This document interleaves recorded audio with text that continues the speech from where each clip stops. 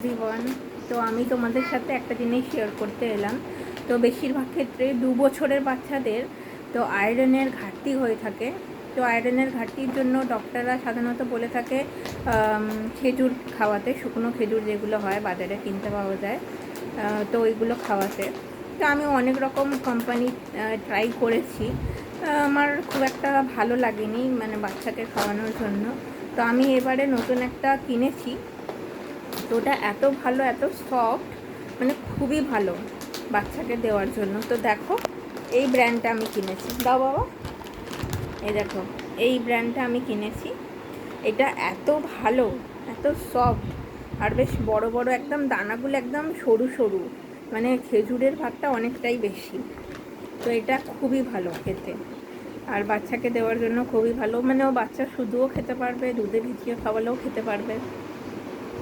তো তোমরা যারা যারা ট্রাই করতে চাও, তো এই ব্র্যান্ডটা ট্রাই করতে পারো।